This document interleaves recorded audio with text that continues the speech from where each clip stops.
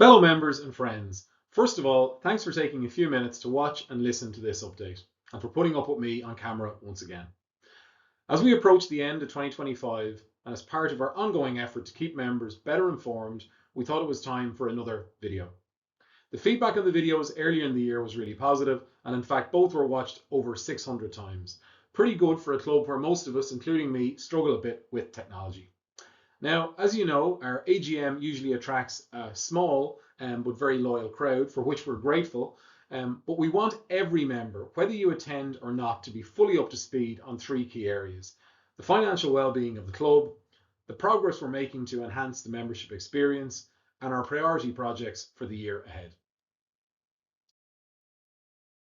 This update will cover 5 key items. Firstly, I'll take a quick look back at the progress we made during 2025.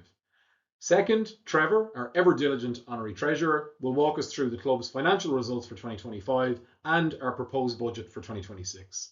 Third, I'll take a few minutes to outline some of the further improvements we'd like to make around the club, and very importantly, how we plan to fund those investments.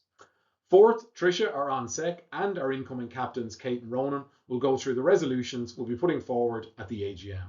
And finally, I'll round things off by sharing our main priorities for the year ahead.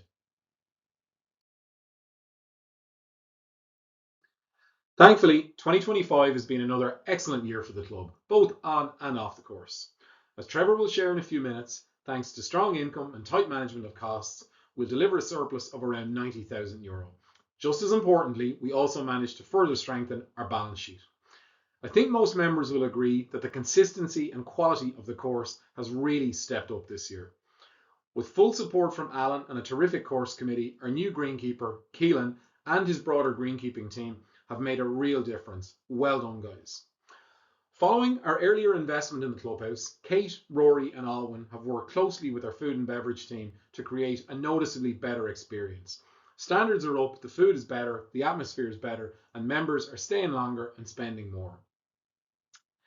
Earlier in the year, we launched the My Idea campaign, encouraging members to share suggestions for improving the club.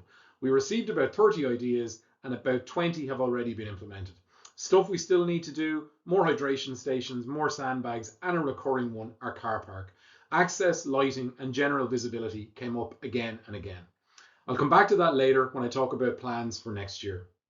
And there were plenty of other highlights. Our corporate day, led by Paddy Kavanagh, was a huge success. Tricia did fantastic work improving staff engagement and communication.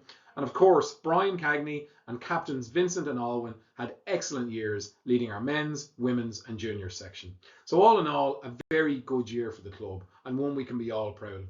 And on that note, I'll hand you over to Trevor, who'll take us through the numbers in a bit more detail.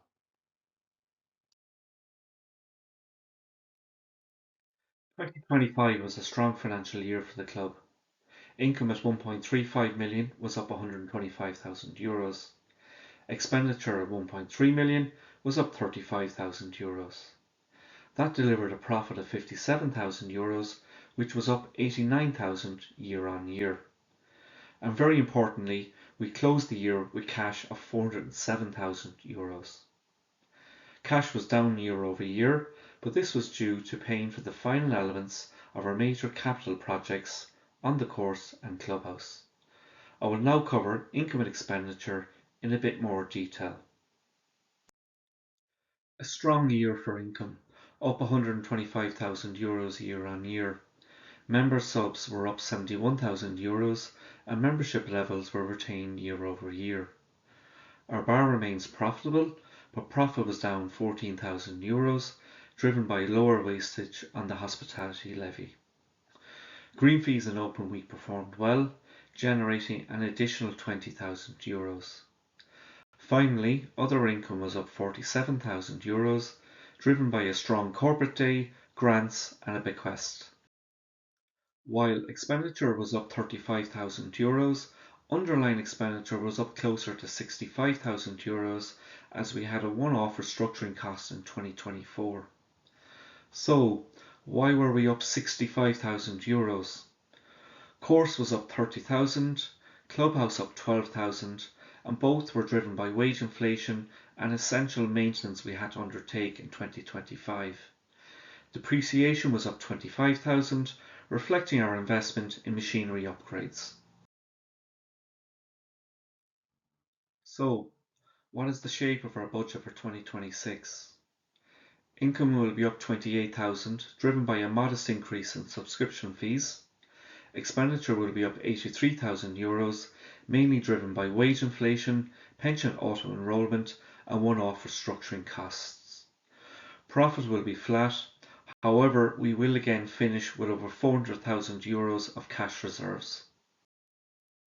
As mentioned, following an excellent 2025 regarding income, we are budgeting a modest increase for 2026.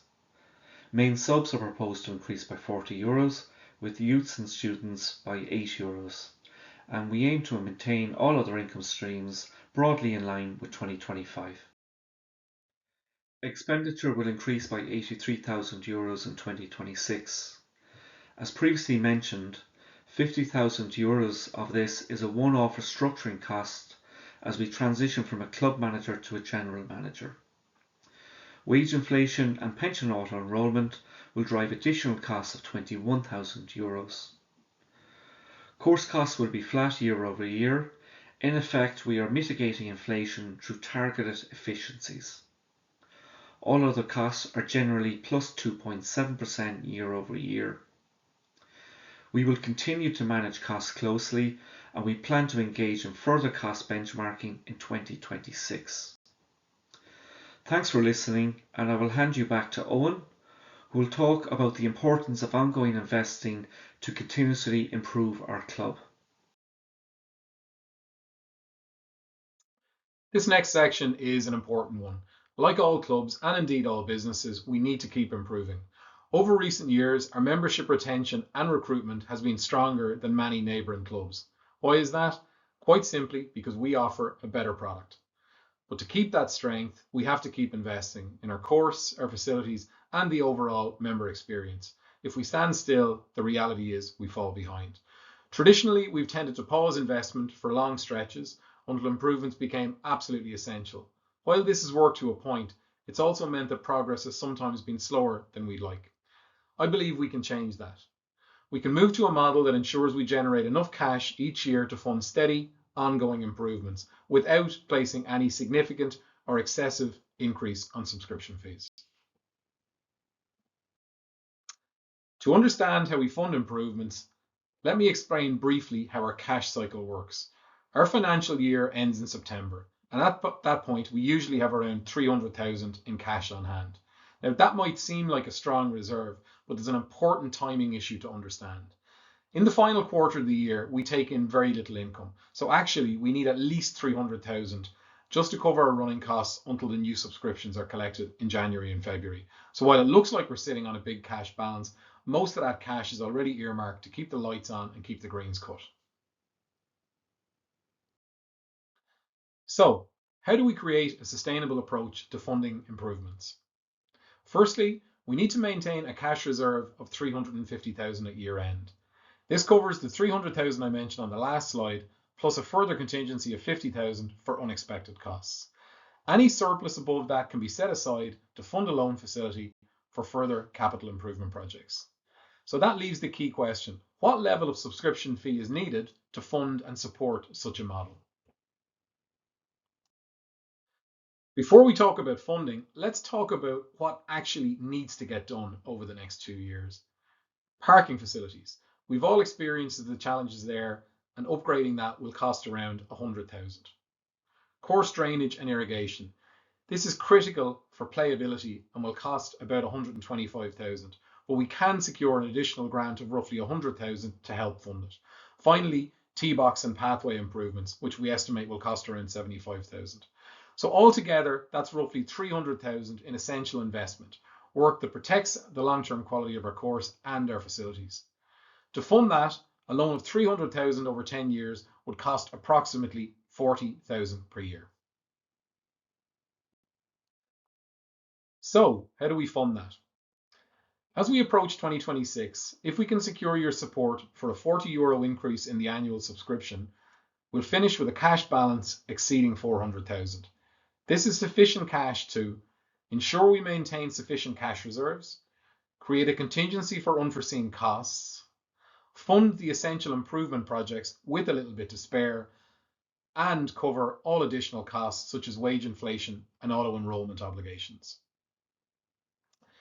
In summary, we're in a good financial position, one that many clubs would envy, but we need to continue managing our finances prudently while ensuring we keep improving every year.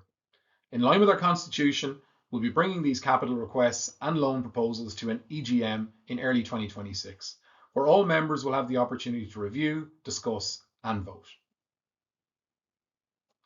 Over to Trish now, who'll take you through the resolutions proposed for the upcoming AGM.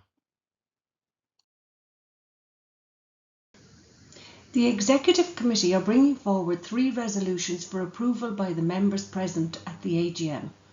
The first of these is related to the proposed fee increase for 2026 and will be presented by incoming captains Ronan and Kate. The second resolution is related to duration of service on the Executive Committee and will be outlined by Owen.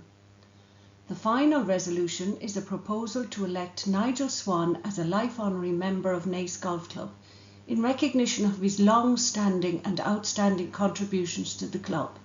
This resolution will be presented by incoming captain Ronan. As Owen has outlined earlier, the proposed €40 increase achieves 2 essential objectives. Firstly, it safeguards the club's financial stability. This adjustment ensures we maintain the cash reserves required to operate the club responsibly and sustainably. Secondly, it enables continued investment in essential improvements. Having adequate resources allows us to deliver the ongoing upgrades and enhancements that members expect and deserve. It is also important to highlight that our subscription fee remains in line with neighbouring clubs. This competitive positioning is helping us retain a strong and loyal membership base at a time when several clubs are experiencing declining numbers.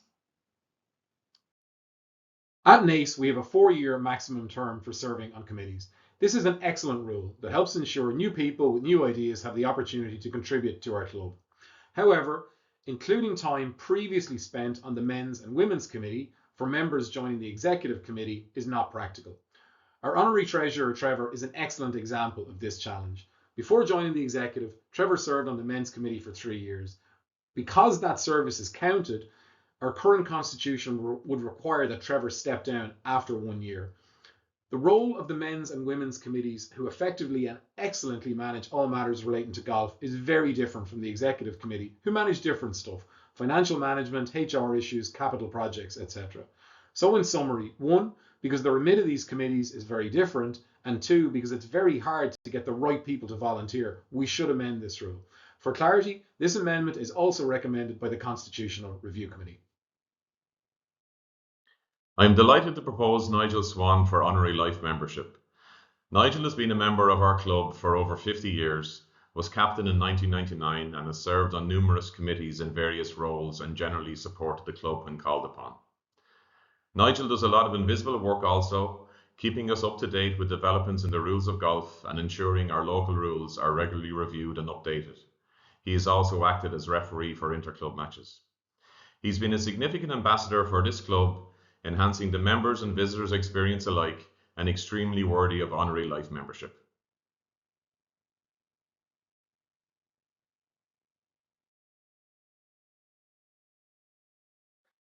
Thanks for getting this far. Finally, a quick word regarding our priorities for the year ahead. Number 1, recruit and induct a new general manager. Firstly, I want to thank Dennis for his amazing service to the club over the last 25 years. The recruitment of the new general manager is an important milestone for the club. We've commenced the search process and we will ensure an excellent candidate is appointed. Number 2, constitutional review. I mentioned this earlier in the year. While our constitution has served us well, there's an absolute requirement to simplify, modernise and enhance this important document to ensure it's fit for purpose to guide us through the next phase of our club. We hope to bring this to an AGM in the first half of 2026. Number 3, planning and executing the improvement projects. The projects I mentioned earlier need to be fully scoped and fully costed, Again, we would aim to bring these proposals to the same AGM in early 2026. Number 4, club systems upgrade. Currently, we operate across a number of different club management systems, and this creates a poor user experience. We plan to implement ClubNet as a single platform solution. This will deliver a raft of benefits, but especially with regard to how we engage and communicate with all members. Chris Byrne and Peter Finnan will be leading this project. Number 5, sustainable and affordable buggy solution. The requirement to buy buggies and take personal insurance is placing an unnecessary and excessive cost on many of our older members. With some fresh thinking, we can lease a fleet of buggies and offer a buggy membership solution, which will be better for our members, better for the club, and better for the environment. Fergus Johnson and Emma Dunn will be leading this project.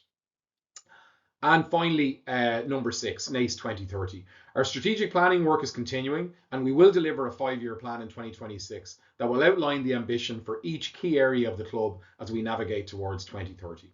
That's it. Hopefully the video has helped ensure you're better informed about your club. I want to finish by saying a huge thank you to each and every member of our staff for their hard work and support.